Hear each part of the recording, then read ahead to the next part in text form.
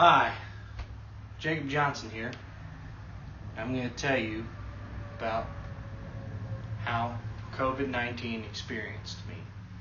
COVID-19 was a shorter term for a thing with a Chinese virus named coronavirus. And this was established before the year of 2020. And I never even heard of this virus before. And I knew that it was spreading around, but I didn't think it would hit the U.S. until there was more and more news reports about how it affected this state and had the schools shutting down and had other places shutting down as well. And I just thought at first that it was just some kind of a hoax or something. Like, okay, yeah, whatever. But there was more from different news articles about it. And then I looked. And I said to myself, wow, they're not kidding. And not only was I scared about the fact that it was coming to the U.S., but also scared about everything being shut down and having everything closed, and the thing called quarantining. And what quarantining is that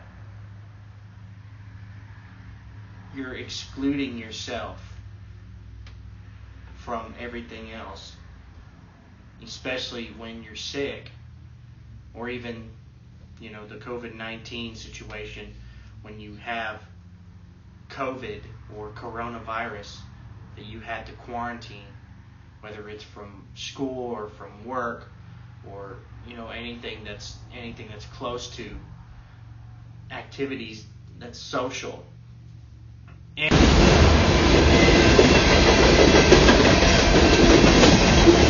most of all, toilet paper. This was one of the top items that was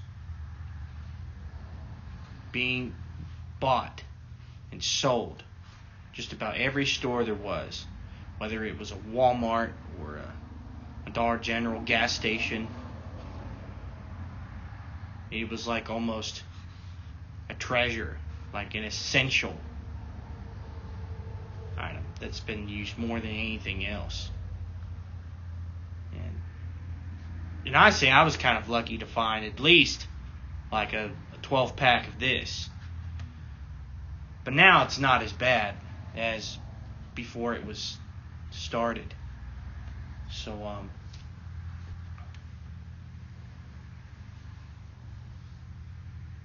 and the one thing that was never empty in the stores were beer and liquor and wine.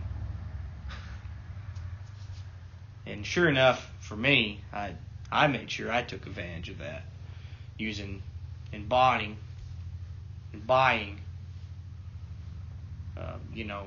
whatever I was able to when it comes to those.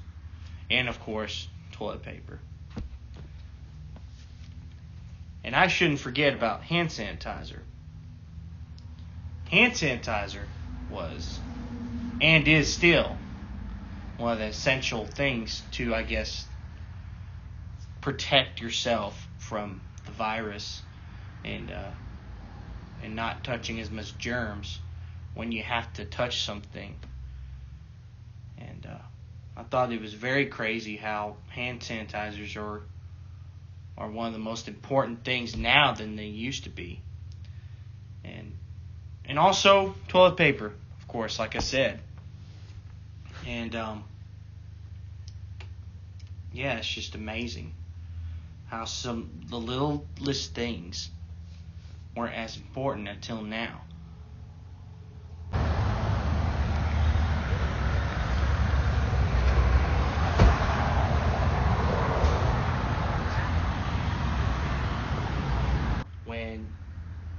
wearing masks was mandatory.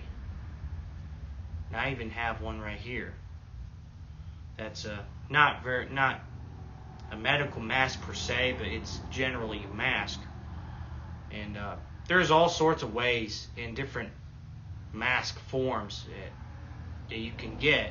You can get a bandana, or those gator sleeves, or like this, that you fold up, put on, and just the general disposable masks, like the medical ones. And like I said earlier, it was pretty scary. It was almost like experiencing the Twilight Zone. Like a Twilight Zone episode or something. That there'd be like an episode about a time of when you wear a mask, it was like the new normal. And I'm not sure if I was ready to face the new normal. And the new normal was kind of scary to me. And I'm not sure if I wanted.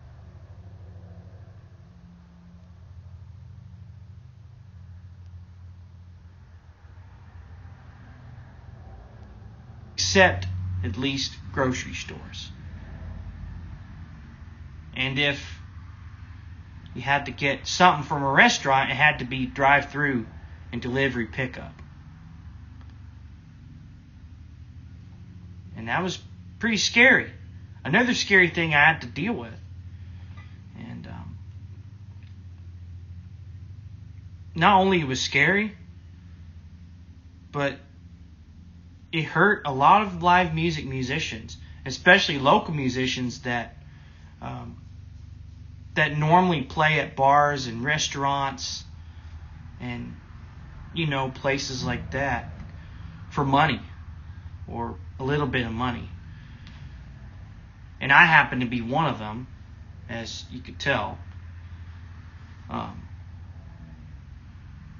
It was pretty bad. It was pretty hard to get over. And good thing it's not as bad now that we're able to have restaurants open again and bars. But it was a really slow process of opening places. Because when we had to open, of course, the governor of Texas had to do a process of opening little by little. First, it started off 50%. And then it got to 70%. And now we're able to have restaurants and bars open 100% service. Which, that's not bad. Which is about time that we had to get places open. Not only for customers to buy drinks and food and so on, but also for musicians to perform for a change. And to get back to where things were before COVID. But also to have certain safety restrictions, such as social distancing and wearing masks and hand sanitizers and precautions to stay where it is while we're having these things to get back on. And honestly, if you ask me, this is going to be and will be for the next few years and decades going to be one of the biggest parts that happened in American history. Food, or for a grocery, or for a certain store, you were encountered as a essential employee. And I happen to be one of the essential employees too, because I work at a local pizzeria. And that was what we had to do. And still do, but every now and then. But food delivery and mail delivery, just about anything you could think of that we had to do to still be able to shop for things that we need without worrying about social distancing. But if you didn't do that, you had to wear a mask and stay 6 feet apart in public, which I thought that was pretty annoying, but we didn't have much choice.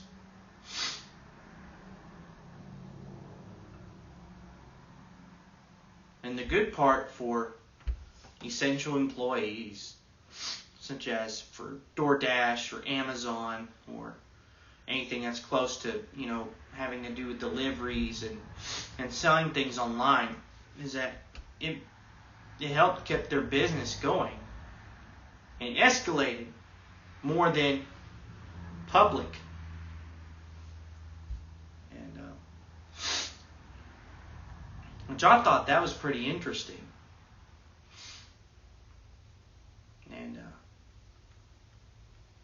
And that's also another experience that I noticed when it comes to quarantine and having the U.S. shut down, is that we had to do things like that.